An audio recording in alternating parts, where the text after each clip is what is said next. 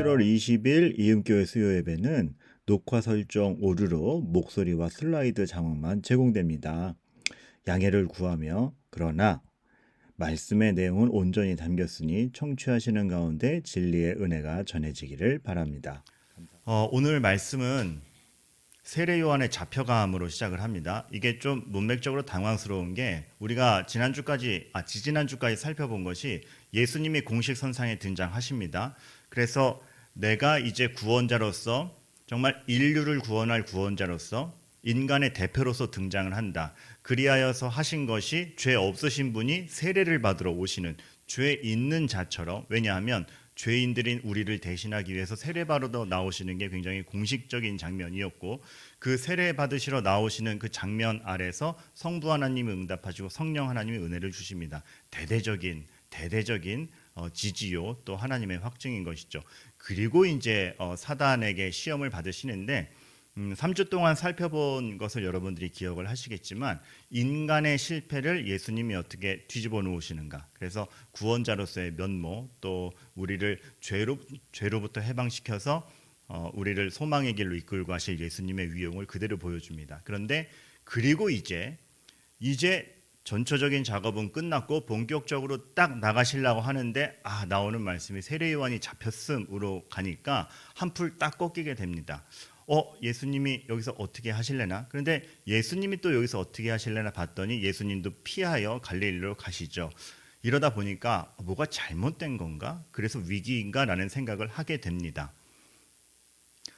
그렇게 생각 안 하셨어요? 그냥 읽어 가시는 겁니까? 네, 그래서 문맥을 느끼면서 읽으셨으면 이거 위기인데 위기입니다. 그래서 예수님의 길을 예비한 자가 잡혀가고, 그리고 이제 다른 공간 복음을 읽으면 아시겠지만 세례 요한이 참 의로움으로 그 왕의 사악함을 지적하다가 잡혀가지 않습니까? 그러니까 권력층은 여전히 불의한 자들이 대세를 이루고 있고, 그러한 가운데 그럼 우리 구원자 예수님께서 자신의 길을 닦아준 이를 구출하는가라고 했을 때 예수님도 북쪽으로 몸을 숨기시고 하니 위기인가라는 생각이 듭니다. 그러나 여기서 우리가 바로 평정심을 찾을 수 있는 것은 마태가 기록하기를, 그래서 요한이 잡혀가서 위기고 예수님이 피하셔서 잘못되고 있다라고 하지 아니하고, 그게 뭐라 그럽니까? 이사야의 선언이 이루어짐이다라고 말씀함으로써 전혀 잘못되고 있지 않다라는 걸 확증을 시켜주죠. 여기서부터 우리가 다시 평정심을 찾게 되고 하나님의 일에 대한 확신을 갖게 됩니다. 그러니까 여러분, 성경이 어투가 이렇게 좀 어렵게 번역이 되어 있다 보니까 이런 뉘앙스들을 읽기가 힘든데, 그거를 이렇게 느끼려고 하시면서 하다 보면 굉장히 큰 이 글쓴이들의 이 흐름타기, 그리고 딱 보여지는 하나님의 확신이 굉장히 우리를 놀라게 하는 요소들이 많습니다. 그래서 어떤 세례 요한의 잡혀감은 세례 요한의 쓸쓸한 퇴장이 아니라 마태가 보기에는 시대의 전환이었던 것입니다. 세례 요한이 잡혀가면 참으로 안 된 일이지만 세례 요한에게는 세상이 꺾을 수 없는 세례 요한만의 믿음이 분명히 있었고, 스데반의 죽음이 헛되지 않았듯 세례 요한이 위기에 빠진다 하여서 그의 소망이 무너지는 것은 아니었고, 오히려 마태가 볼 때는 세례 요한 네 역할 잘했다, 그리고 끝까지 의로움을 위하여 싸워서 잘했다, 이제 진짜 주인공이신 예수 그리스도가 오셨으니 시대가 전환되는 것이며 그 예수 그리스도가 예언대로 움직이실 것이다 라고 하니 굉장히 희망찬, 그리고 하나님의 대대적인 일에 대한 확신을 마태는 기록을 하고 있는 것이죠. 그래서 우리가 얼핏 보기에는 물러섬 같지만, 예수님이 피하심 같지만 전진인 겁니다. 하나님의 말씀으로 되고 있다라는 걸 분명히 보여주시는 하나님 나라의 확장과 전진이 지금 오늘 본문에서도 분명히 보여지는 것이죠. 그래서 우리가 마태복음에서 어떤 것들을 주의해서 읽어야 되냐 하면 1장부터 보면은 꾸준히 마태가 그걸 얘기하죠. 무슨 일이 있을 때마다 뭘 합니까? 구약 성경을 인용합니다. 그래서 구약 성경의 말씀이 이루어지고 있다를 얘기를 하죠. 근데 4장쯤 오고 나니까 이제 그것도 감동이 없는 겁니다. 처음에는 이게 말씀대로 된 거였구나라는 그 감동이 있었는데, 반복되다 보니까 말씀대로 됐다며 이렇게 좀 감흥이 사라지죠. 근데 오늘 본문에서 마태가 또 하나 강조하는 게 있습니다. 하나님의 말씀대로 선언이 이루어지고 있는데 그 선언이 얼마나 애틋하게 이루어지는가, 점점 우리에게 감동을 점층적으로 가져다 주는 걸 볼 수가 있어요. 그것에 어떤 힌트가 되는 게 예수님께서 갈릴리로 가셨다라는 것과 스불론과 납달리 땅으로 가셨다라는 것에서 얼마나 그 선언이 애틋하게 이루어지는지를 볼 수가 있어요. 그래서 우리가 먼저 지명을 좀 살펴보도록 하겠는데요. 여러분에게 오늘 이왕 오신 거 이스라엘의 지도를 너무나 쉽게 그릴 수 있는 방법을 알려드리도록 하겠습니다. 그러면 늘 지도는 좀 어렵죠, 그죠? 지도는 좀 어렵고 목사님들이 아무리 열심히 설명을 해도 저기가 어딘지 모릅니다. 네, 그래서 제가 그때 이스라엘 지도를 한번 펼치고 이스라엘 지도를 한번 쫙 펼쳐놓고 예전 교회에서 권사님들께 질문을 드렸는데 수십 년 교회를 다니신 권사님인데도 그 지도를 보고 제가 어디죠? 그랬더니 강원도 영통 이러셨어요. 그러니까 지도는 늘 어려워요. 아주 쉽게 그리는 방법 알려드리도록 하겠습니다. 요 그림 알면은 나중에라도 그 12지파의 땅 나눔 또 이스라엘의 지형을 알기가 쉬운데 먼저 여기 파랑새로 샥 칠하세요. 지중해입니다. 그리고 대각선으로 자르세요. 촥 땅입니다. 이스라엘이에요. 그리고 나서 파란 점 2개만 더 찍으세요. 하나는 작게 하나는 크게. 큰 게 사해고 작은 게 갈릴리입니다. 이스라엘 지도 완성입니다. 쉽죠? 쉽죠? 너무 쉽죠? 제가 왜 그 신학교 가기 전에 잠깐의 강사 생활에서 1타 강사였는지 아시겠죠? 요점만 딱딱 뽑아줍니다. 이스라엘 지도인데 딱 보면 아시겠지만 예수님께서 피하신 갈릴리가 북쪽에 있는 것을 알 수가 있습니다. 그리고 같이 거론된 스불론과 납달리도 그 인근입니다. 다 북쪽입니다. 이게 중요합니다. 다 북동쪽에 위치하고 있죠. 이스라엘 주변에 역사적으로 강대국들이 대부분 어디 있었게요? 남쪽에 있던 모압이나 아니면 이집트 빼고는 다 북동쪽에, 아수르니 바벨론이 다 북동쪽에 위치합니다. 후반기에 이스라엘을 멸망시키고 망하게 하고 쳐들어왔던 건 다 북동쪽에서 쳐들어옵니다. 그 말인 즉슨 갈릴리, 즉 스불론 납달리 땅은 이방인이 쳐들어오면 어떤 땅이다? 첫 번째로 얻어맞는 자리다. 실제로 그래서 스불론 납달리 땅은 늘 피폐했고 상처가 있었고 그 동네 사람들이 고통이 잦아들 날이 없었습니다. 그러한 상처의 동네예요. 게다가 오늘 갈릴리를 두고 좀 이게 구약 때부터 이런 표현을 썼는데 좀 특징적인 표현을 쓰죠. 무슨 갈릴리라고 합니까? 성경에 써 있네. 이게 의외예요. 이방의 갈릴리라고 쓰여 있습니다. 여러분, 갈릴리는 이방 땅입니까? 아니에요. 분명한 이스라엘 땅이에요. 그런데 성경에서 구약에서부터도 이방의 갈릴리라는 표현을 써요. 왜 그럴까? 역사적인 맥락을 보면 솔로몬 때 이미 열왕기상 9장을 보면 솔로몬이 갈릴리 땅을 히람이라는 이방인에게 줘버립니다. 성전을 지을 때 굉장히 좋은 재료를 갖다 줬거든요. 그러니까 감사하다고 하면서 줘요. 그러면 안 됐죠. 왜?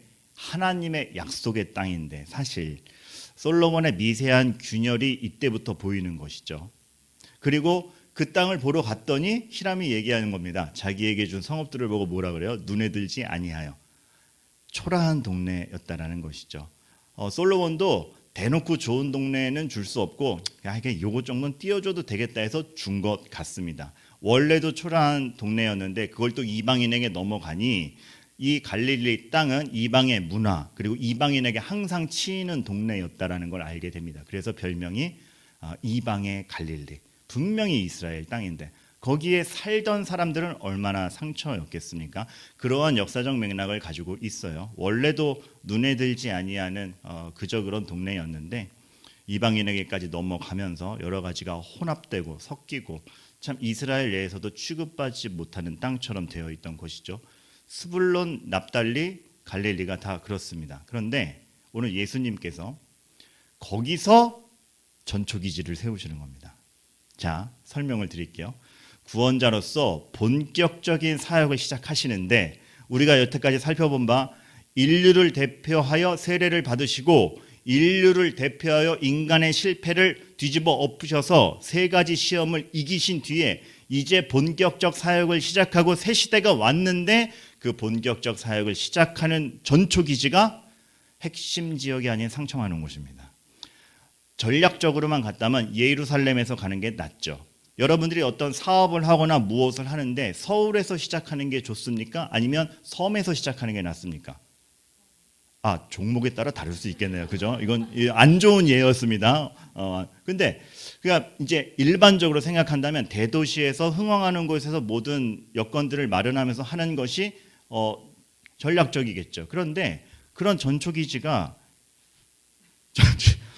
네, 지금 얘가 어디서 들어왔을까요? 지금 여러분 이렇게 이 모기 한 마리도 지금 말씀을 듣고자 지금 이 예배 자리에 여러분들 집중하셔야 돼요. 근데 잠깐 얘는 좀 잡고 가야겠습니다. 너무 방해가 되네요. 네. 그 본격적 사역을 시작하는 전초기지가 예루살렘이 아닌 핵심 지역이 아닌 상처 많은 곳이었다라는 것. 여기서 하나님이 우리를 향해서 일하시는 기준이 나오죠. 하나님께서는 지금 위대함을 웅장하게 권력을 내세우며 하려는 것이 아니라 가장 약한 자부터 살려가시는 겁니다. 가장 상처 많은 이들부터 살려가시는 겁니다. 가장 누락될 것 같은 사람부터 살려가시는 겁니다. 그것이 하나님의 사역. 하나님의 사역은 하나님의 시야는 눈은 가장 약한 자에게 꽂혀 있고 가장 먼저 죽을 것 같은 자를 잡아오는 것으로 시작하십니다. 그것이 하나님의 사역.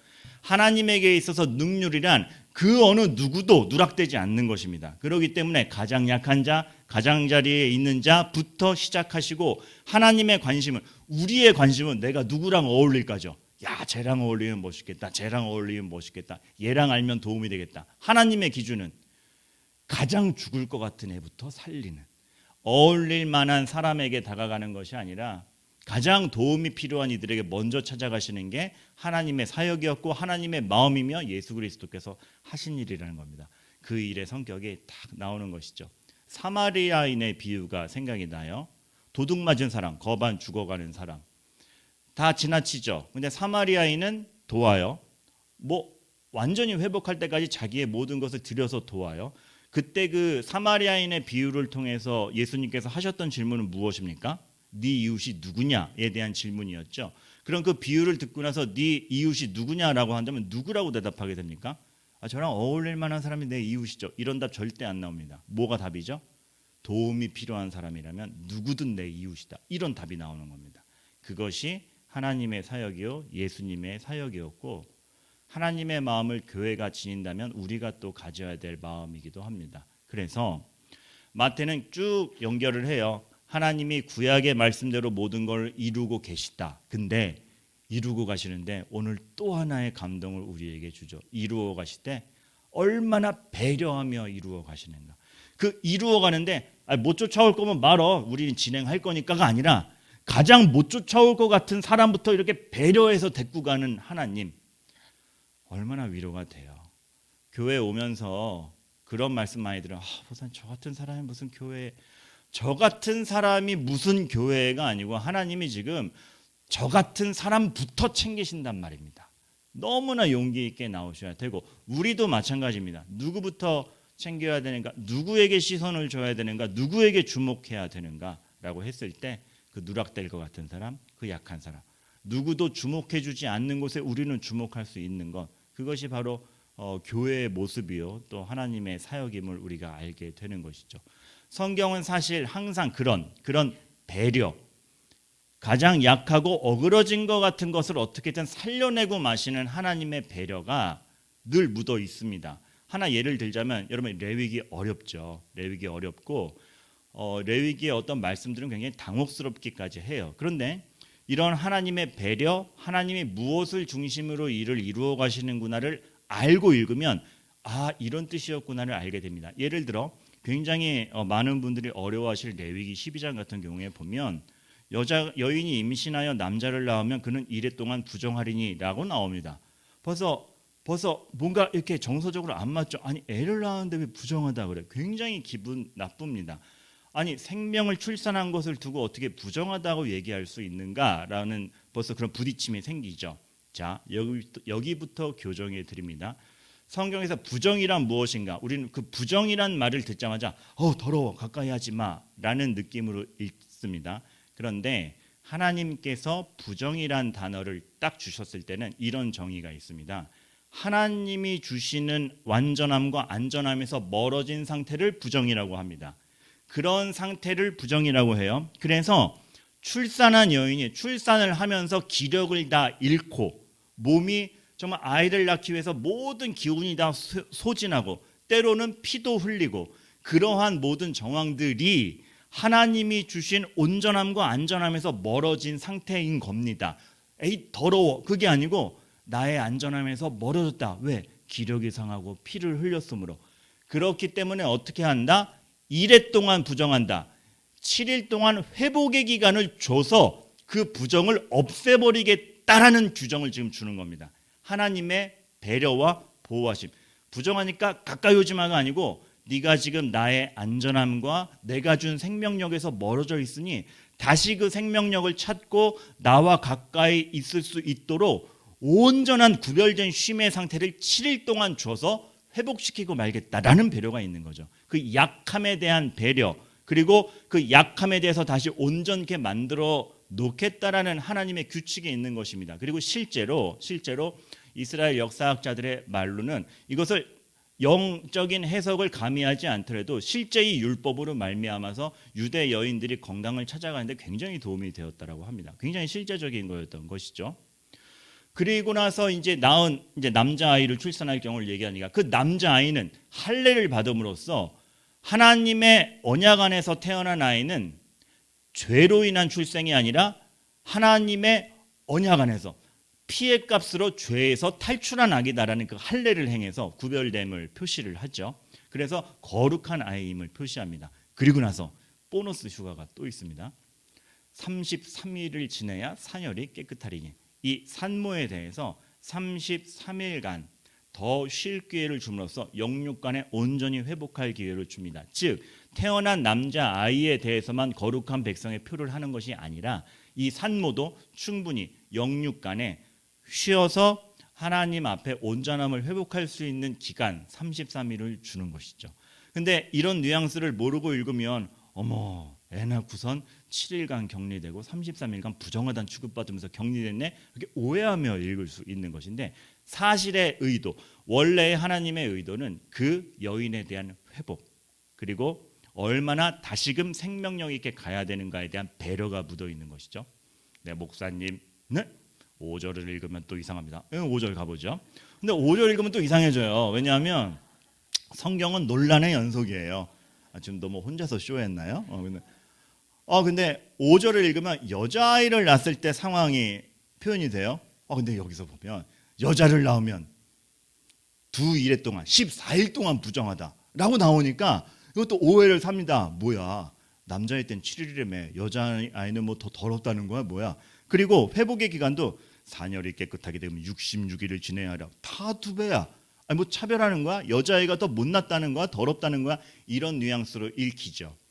많은 주석을 찾았습니다. 많은 주석을. 근데 그 주석들을 종합할 때 아주 합한 해석의 주석을 제가 찾아낸 것 중에 하나가 이것이 여자가 더 열등하다거나 여자가 더 부정하다라는 의미가 아닌 것입니다. 혹 학자는 선악과를 먼저 먹은 게 여자이기 때문에 이런 요소가 있는 것이다라고도 얘기를 해요. 틀린 말은 아니고 팩트인 건 사실입니다. 그러나 하나님의 관점은 다릅니다. 하나님의 관점은 그래서 여자가 먼저 따먹었으니까 더 격리돼 이런 것이 전혀 아닙니다. 어떤 관점이냐 하면 자 여자아이를 낳으면 14일 동안 회복의 기간을 갖습니다. 왜 2배의 기간을 갖느냐? 남자아이는요 할례를 받잖아요. 할례로서 하나님의 백성임이 표시되잖아요. 여자아이는요 할례 받을 구조가 다르잖아요.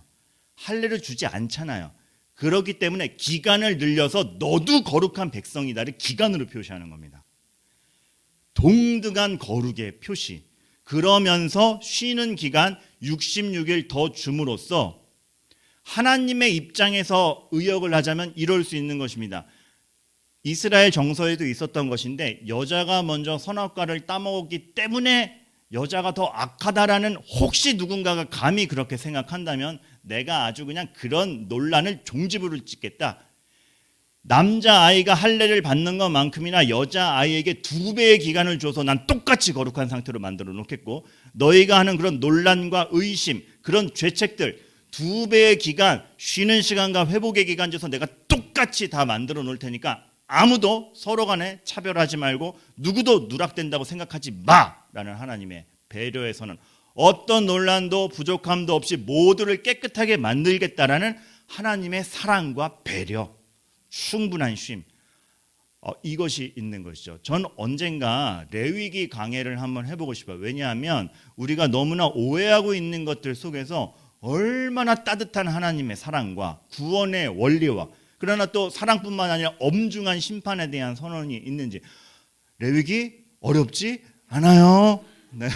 레위기 어려워요. 하지만 그 어려움을 넘어섰을 때 하나님이 왜 그런 까다로운 법규들을 주셨는지 보면 이런 감동이 있는 것이죠.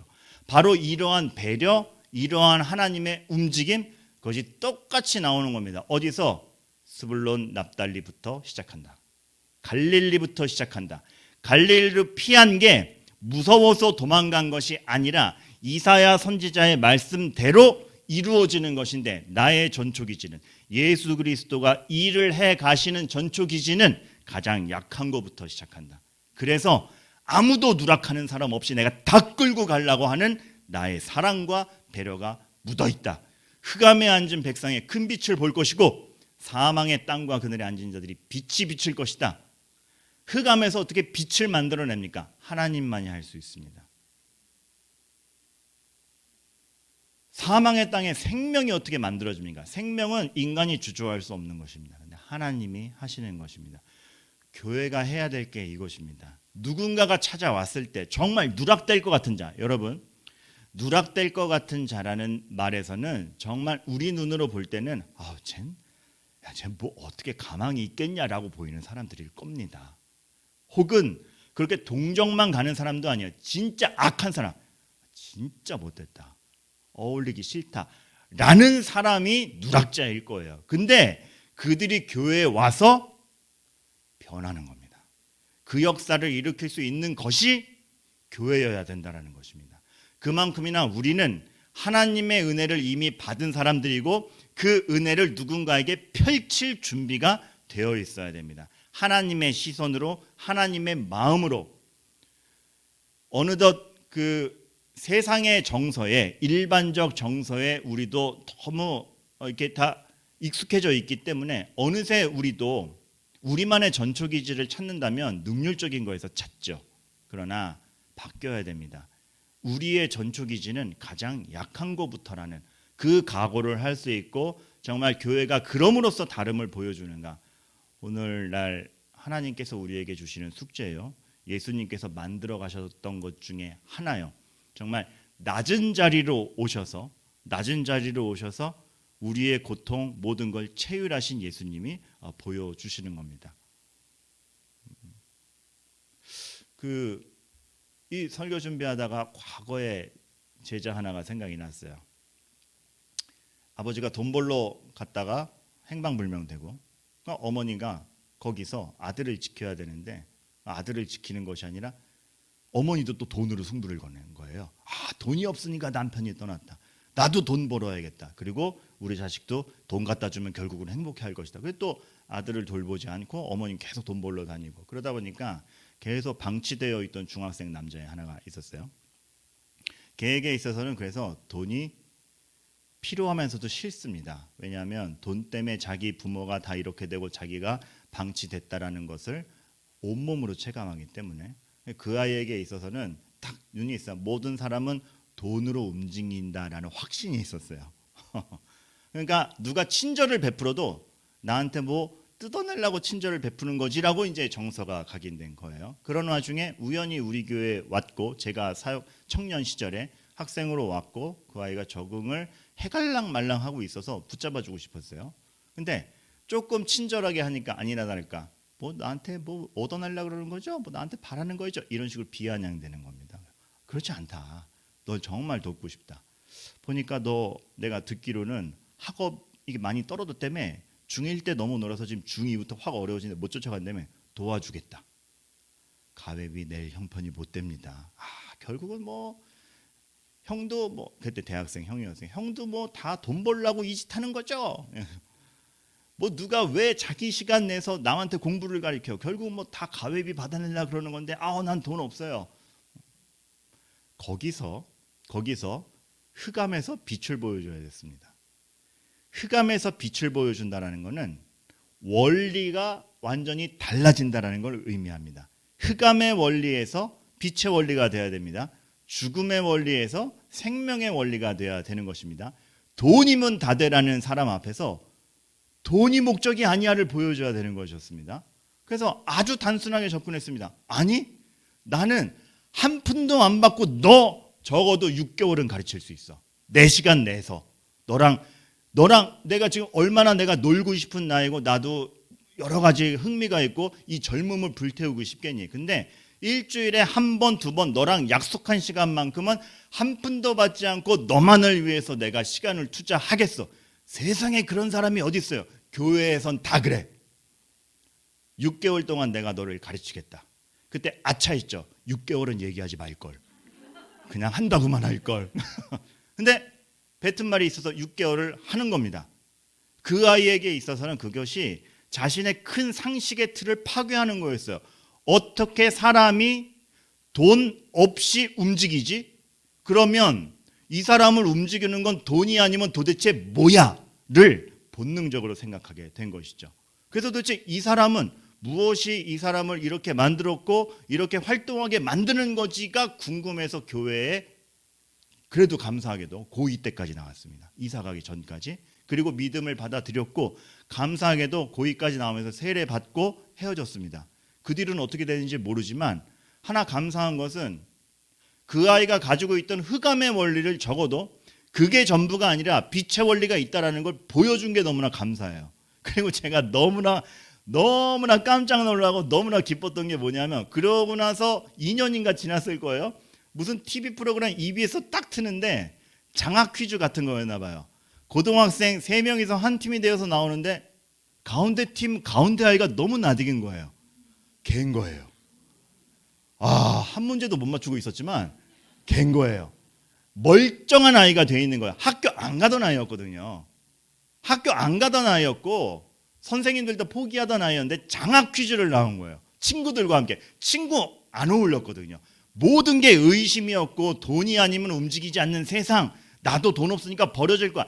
그렇게 모든 것을 그 흑암의 원리에서 판단하던 아이였거든요. 근데 너무 행복한 표정으로 친구들과 어깨동무하고 나와가지고 틀려도 즐겁고 근데 장학 퀴즈를 나올 만큼 뭔가 이제 기본 구성은 됐다라는 거 아닙니까?